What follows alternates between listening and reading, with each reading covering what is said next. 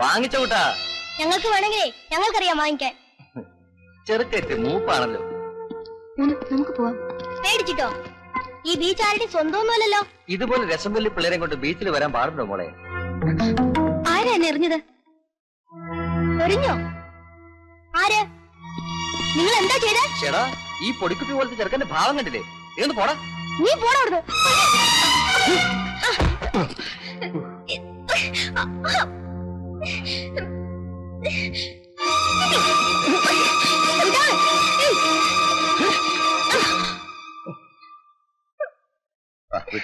മോശമല്ലേ? ആ കളയുന്നു പോട്ടെ. അവിടെ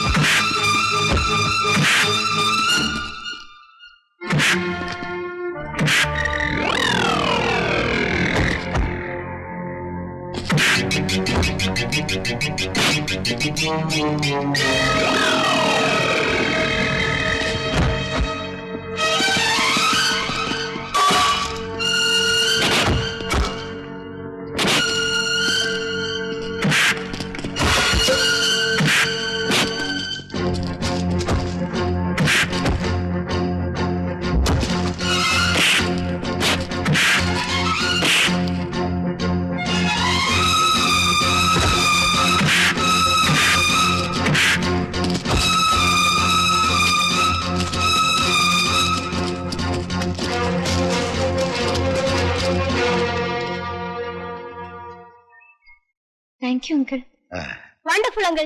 ഇതാ അങ്കിളുടെ ബാഗ്. ദൈവമാണ് അങ്കിളിനെ ഇപ്പൊ ഇവിടെ വരുത്തിയത്. ഇതുപോലുള്ള സ്ഥലത്ത് നിങ്ങൾ കുട്ടികൾ ഒറ്റയ്ക്ക് വന്ന് നിൽക്കരുത്. പട്ടാ പകലല്ലേ അങ്കിൾ? നീചന്മാർക്ക് രാത്രിയൊന്നും പകലൊന്നും ഇല്ല. ഇവിടെ നിൽക്കണ്ട. അങ്കിൾ എവിടുന്ന് പ്രത്യക്ഷപ്പെട്ടു? അങ്കിളുടെ വീട് എവിടെയാ? എന്തൊരു കലക്കൻ ഇടിയാ ഇടിച്ചത്. അങ്കിൾ ബ്ലാക്ക് ബെൽറ്റ് ആണോ? അല്ല, ഹ്യൂമൻ ബെൽറ്റ്. ഞാൻ ഇപ്പൊ ഇടിച്ച ഇടി കൈകൊണ്ടല്ല, മനസ്സുകൊണ്ടാ. മനസ്സോട് ഇടിക്കാനോ? ആ, അതിന് മനസ്സിടി എന്ന് പറയും. ഒരു അവശനെ ഒരു ബലവാൻ കീഴ്പ്പെടുത്തുന്ന കാണുമ്പോ നമ്മൾ അറിയാതെ തന്നെ നമ്മുടെ പഞ്ചേന്ദ്രിയങ്ങളും സ്ഥിരാപടലങ്ങളും സടകുടഞ്ഞെഴുന്നേക്കും. നിങ്ങൾ ഇപ്പൊ ഇവിടെ കണ്ടത് അതാ. അങ്കിളും വാ ഞങ്ങളുടെ കൂടെ. എങ്ങോട്ട്? ഞങ്ങളുടെ വീട്ടിലേക്ക്. വേണ്ട. ഒരു 5 മിനിറ്റ്. വേണ്ട മക്കളെ. എങ്കിൽ ഞങ്ങൾ അങ്കിളിന്റെ വീട്ടിലേക്ക് വരാം. ഞാൻ വീട്ടിലേക്കല്ല. പിന്നെ? ഞാനൊരു ദേശാടനക്കാരനാണ് കുട്ടികളെ. ക്ഷേത്രങ്ങളും പുണ്യസ്ഥലങ്ങളും ഒക്കെ സന്ദർശിക്കാൻ ഇങ്ങനെ ഇറങ്ങി തിരിച്ചിരിക്കുകയാണ്. അങ്കിളിപ്പോ ഈ നാട്ടുകാരനല്ലേ? ഞാൻ ഏത് നാട്ടുകാരനും ആകാം. ഏതെങ്കിലും ഒരു നാട്ടില് ബന്ധങ്ങൾ കൊണ്ട് കെട്ടിവരിയാൻ എനിക്ക് സ്വന്തക്കാരോ ബന്ധുക്കളോ ഭാര്യയോ മക്കളോ ആരുമില്ല. മനസ്സിലായോ? മാനേജ്മെന്റ് വാക്ക് പാലിക്കുക. നട്ടലില്ലാത്ത മാനേജ്മെന്റ് കെട്ടി തൂങ്ങിച്ചാവുക. സ്ഥിരപ്പെടുത്താൻ വയ്യെങ്കിൽ ഫാക്ടറി സർക്കാർ വീട് ആക്രമിക്കുക. ഞാനിവിടെ ഇല്ലെന്ന് പറഞ്ഞിട്ട് ഒന്നും പേടിക്കണ്ട. പൊന്നൂസേറ്റു മോനോത്ത് വയ്ക്കോ. ഒന്നും പേടിക്കണ്ട, ഞാൻ ഏറ്റു. ഫാക്ടറിയിലെ തൊഴിലാളികളാണോ? അതെ, ഒന്നും മോനല്ലേ. ഒന്നും അകത്തേക്ക് പോയിക്കോളൂ. ഇല്ലെങ്കിൽ അവരെന്ത് ചെയ്യും? അവർ പലതും ചെയ്യും. അവന്റെ കാല് ഞാൻ പിടിച്ചോളാം. മോൻ ഒന്നും അകത്തേക്ക് പോയിക്കോളൂ. ഇത് നേരിടാൻ പൊന്നൂസേട്ടൻ മതിയെന്ന്. നിങ്ങളുടെ വാക്കും കീറച്ചാക്കും ഞങ്ങൾക്ക് ഇപ്പോൾ ഒരുപോലെ. നട്ടലില്ലാത്ത മാനേജ്മെന്റ് കെട്ടി തൂങ്ങിച്ചാവുക. എന്താ കാര്യം? ഒരിക്കലും ഒരു വാക്ക് പറയും, പിന്നീട് അതേ വാക്ക് തെറ്റിക്കുകയും ചെയ്യുന്ന പുതിയ MD ശരിക്കൊന്ന് കാണാമെന്നാ ഞങ്ങള്. എന്താ പ്രശ്നം? പ്രശ്നം ഞങ്ങൾ പറയേണ്ടതെന്ന് പറഞ്ഞോളാം. ഞാനൊരു അഡ്വക്കേറ്റ് ആണ്. അഡ്വക്കേറ്റ് ആണോ ഇറച്ചി വെട്ടുകാരാണോ എന്ന് അറിയാൻ വന്നതല്ലേ ഞങ്ങള്. പ്രശ്നം എന്തായാലും ഞാനത് പരിഹരിച്ചെന്നാൽ പോരെ? ഹായ്, ഇയാള് വെയിറ്റ് ചെയ്യായിരുന്നു നമ്മുടെ പ്രശ്നങ്ങൾ പരിഹരിക്കാൻ.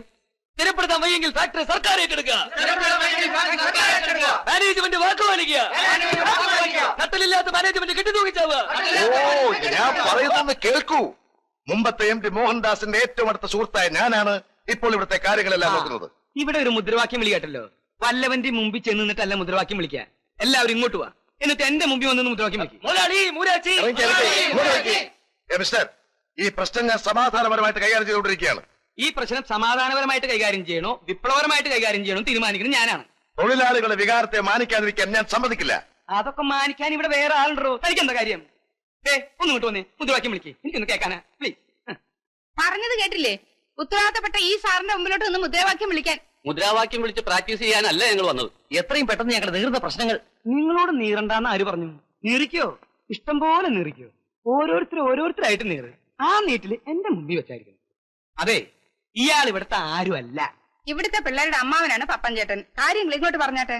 ഞാനൊരു അഡ്വക്കേറ്റ് ആണ്. ഞാനൊരു SI ആണ്. എന്റെ പൊന്നു തൊഴിലാളി സുഹൃത്തുക്കളെ, ചെമ്മീൻ കമ്പനി എന്റെ അധികാരപരിധിയിൽപ്പെട്ടതാണ്.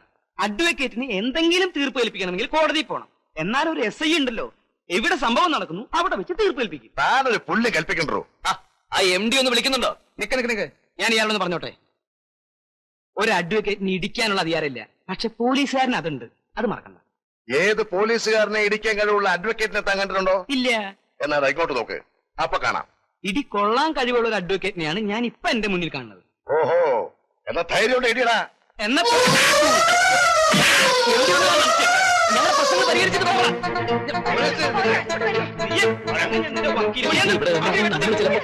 സാക്ഷി പറയേണ്ടി വരും. വീടാക്രമിച്ച് കൊന്നുള്ള കുറ്റവും നമ്മുടെ തലയിൽ വരും. അവന്മാർ തല്ലിച്ചോട്ടെ, കുടിക്കോ.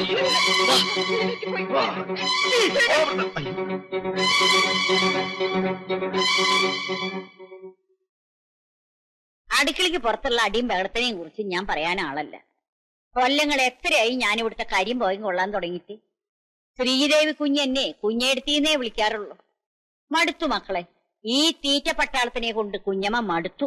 ഞാൻ ഇന്ന് അടുക്കളയിലോട്ട് ചെന്നപ്പോഴുണ്ട് ആ പോലീസുകാരന്റെ പെണ്ണുമ്പിള്ള കുറെ അണ്ടിപ്പരിപ്പെടുത്ത് വായിക്കാത്തിട്ട് ചവച്ച് തിന്നുന്നു.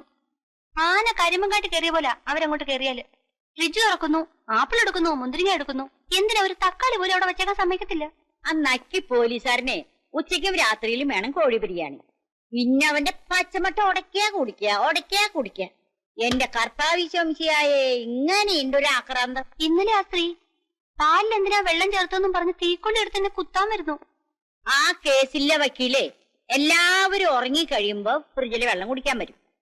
വെളിച്ചാവുന്നത് വരെ കള്ളുകൂടിയ. ഈ പെണ്ണിന്റെ നേരെ അയാൾക്കൊരു തുറച്ചുനോട്ടുണ്ട്. എന്തിനു പറയുന്നു മോളെ, ഒക്കെ കൂടി ഇവിടുത്തെ സമാധാനം നഷ്ടപ്പെട്ടു. അതുകൊണ്ട് ഞങ്ങള് പോകാനോ? പിന്നെ എന്താണ് ഒരു പ്രതിവിധി പറ.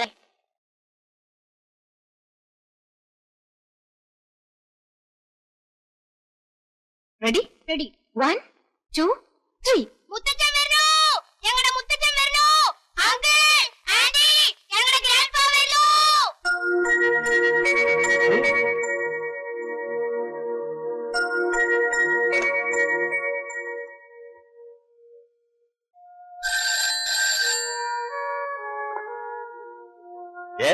ഹലോ അങ്കിൾ, ഇത് മീരയാണ്. ഒരു ഗ്രാൻഡ് ന്യൂസ് പറയാൻ വേണ്ടി വിളിച്ചതാ. 20 കൊല്ലങ്ങൾക്ക് മുമ്പ് പട്ടാളത്തെ വെച്ച് കാണാതായ ഞങ്ങളുടെ മുത്തച്ഛന്റെ കത്ത് വന്നിരിക്കുന്നു. ഇന്ന് ഇവിടെ വരുമെന്ന്. ഏത് മുത്തച്ഛൻ? അങ്ങനെ ഒരാളെ പറ്റി ഞാൻ കേട്ടില്ലല്ലോ. മരിച്ചുപോയി എന്ന് വിചാരിച്ചതല്ലേ, മരിച്ചിട്ടില്ലെന്ന് ഇപ്പോഴല്ലേ അറിയുന്നത്. ഏതായാലും മുത്തച്ഛൻ വരുന്നെന്ന് കേട്ടപ്പോ ഞങ്ങൾക്ക് സന്തോഷമായി അങ്കിൾ. ഓക്കെ അങ്കിൾ, ഇനി ഞങ്ങൾ അനാഥരല്ല uncle. We have our grandpa, our great great grandpa. ഇയാളിപ്പോ എന്തിനെങ്കിലും എഴുതുന്നേ? യുദ്ധത്തിൽ എന്തുകൂടികൾ ഭരിച്ചില്ല. That's a good luck uncle. എന്റെ പെങ്ങള് ശ്രീദേവി, നിങ്ങളുടെ അച്ഛൻ മോഹൻദാസും ജീവിക്കാൻ നിവൃത്തിയില്ലാതെ കഷ്ടപ്പെടുമ്പോ ഈ മനുഷ്യൻ എവിടെയായിരുന്നു? ഒന്ന് തിരിഞ്ഞു നോക്കിയോ. എനിക്ക് ഇത്തിരി തെണ്ണുണ്ട്. നിനക്കോടി? എനിക്ക് പിന്നെ തന്നൂല്ലാണ്ടിരിക്കൂ. എനിക്ക് വിശ്വാസമില്ല. എന്റെ ഭാര്യക്ക് സങ്കടമില്ലെന്നോ? അതല്ലടോ കോന്ത, എനിക്ക് വിശ്വാസമില്ല പെട്ടെന്ന് ഇങ്ങനെ ഒരു മുത്തച്ഛൻ എവിടുന്ന് പൊട്ടിമുളച്ച് വന്നു. ഏതോ വണ്ടിയുടെ ശബ്ദം കേൾക്കുന്നുണ്ടല്ലോ. ചിലപ്പോ അത് മുത്തച്ഛനായിരിക്കും.